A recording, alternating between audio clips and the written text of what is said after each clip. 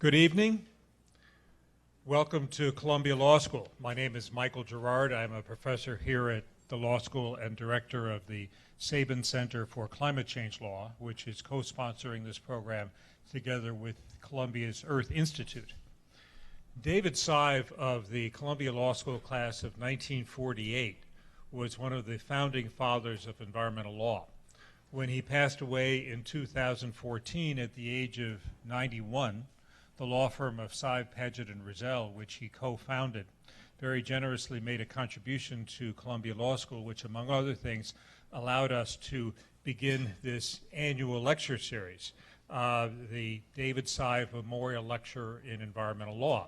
This enables us to bring onto our campus some of the leading thinkers and actors in the environmental law field. Last year we had the first such lecture. The speaker was John Cruden, who is the Assistant Attorney General for the Environment, Land, and Resources Division of the United States Department of Justice.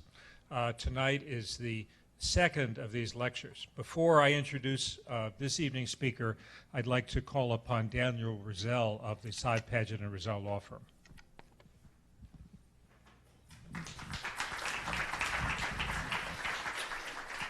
Well, I think I'd like to tell you something about Dave Sive, because I think his life is an inspiration to all of us, whether we're a student or an old coot like me. Dave, you came to this law school and after the Second World War, after being a twice wounded veteran from the European front and the invasion of France and Germany. And he graduated, and the class of 48 was that great class that had produced many distinguished scholars, lawyers, and jurists. Dave, in the years following his graduation, became a skilled commercial litigator and had expertise in agency law, bankruptcy, and administrative law.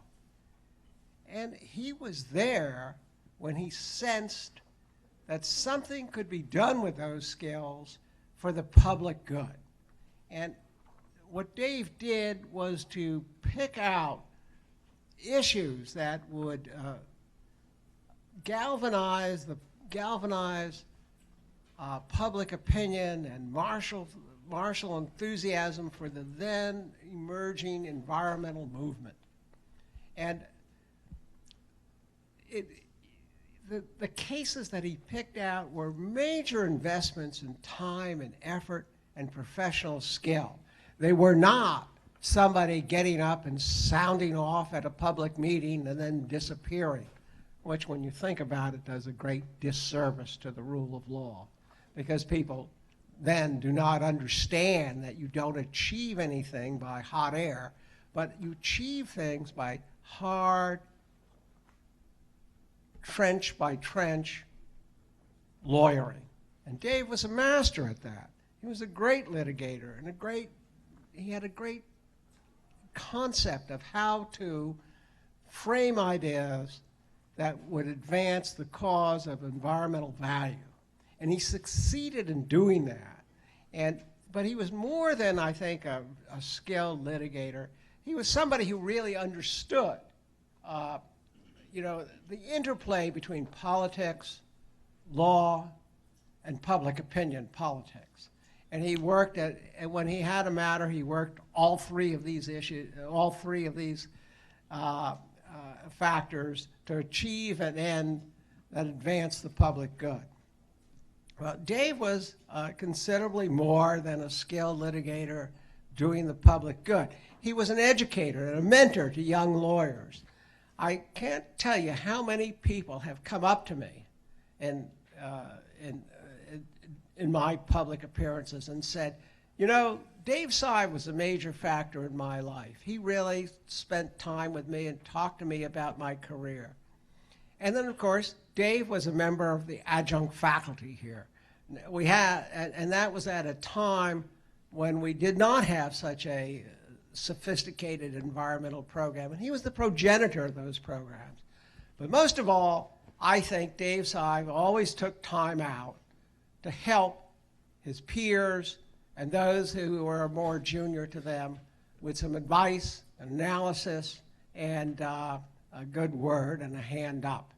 So it's altogether fitting that I think our firm has established this fund to promote some of the causes and some of the ideas that David Sive was fortunate enough and creative and talented enough to advance during his lifetime.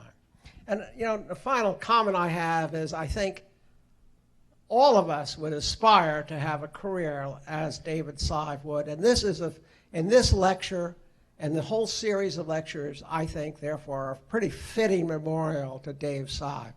I'm now very excited to hear Gus, and as Gus also was there and also interacted with Dave when Dave was one of the founding fathers of one of the first environmental public law firms, the Natural Resources Defense Council.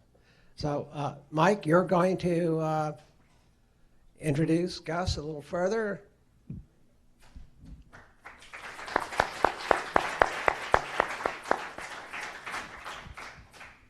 Thank you very much, Dan.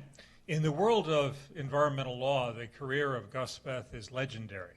He was born in Orangeburg, South Carolina, went to Yale College, went to Oxford as a Rhodes Scholar.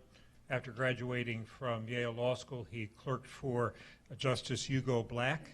He then became, as you heard, one of the co-founders of NRDC, largely inspired by the work of the NAACP Legal Defense Fund. NRDC quickly became, and as we all know, continues today, one of the leading public interest environmental law firms in the country. During the administration of President Jimmy Carter, Gus was the chairman of the President's Council on Environmental Quality. During that time, CEQ issued 4 reports calling for action on climate change. He has said that this experience broadened his horizons from just domestic environmental law to international issues. After President Reagan took office, he taught at Georgetown Law School, and then he founded the World Resources Institute, which has grown into one of the leading NGOs in Washington. He served as its president until 1993, when he became the administrator of the United Nations Development Program and chair of the UN Development Group. In 1999, he became the dean of the Yale School of Forestry and Environmental Studies. He retired from Yale in 2009 and became a professor at Vermont Law School, and he is co-chair of the Next System project. Gus is the author or editor of at least 7 books, 2 of which I've especially enjoyed: Red Sky at the Morning, America and the Crisis of Global Environmental Control from 2004, and The Bridge at the End of the World, Capitalism, the Environment, and Crossing from Crisis to Sustainability, published in 2008. He's received numerous awards and honorary degrees and is on many boards, but rather than take the time to list them all, you'd rather hear from him, so I'd like to present to you Gus Speth.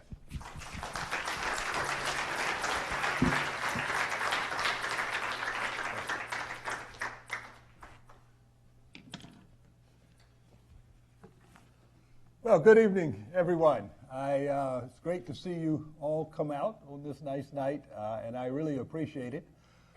It's particularly wonderful to be here with members of the Sive family and his colleagues from the firm. That means a lot.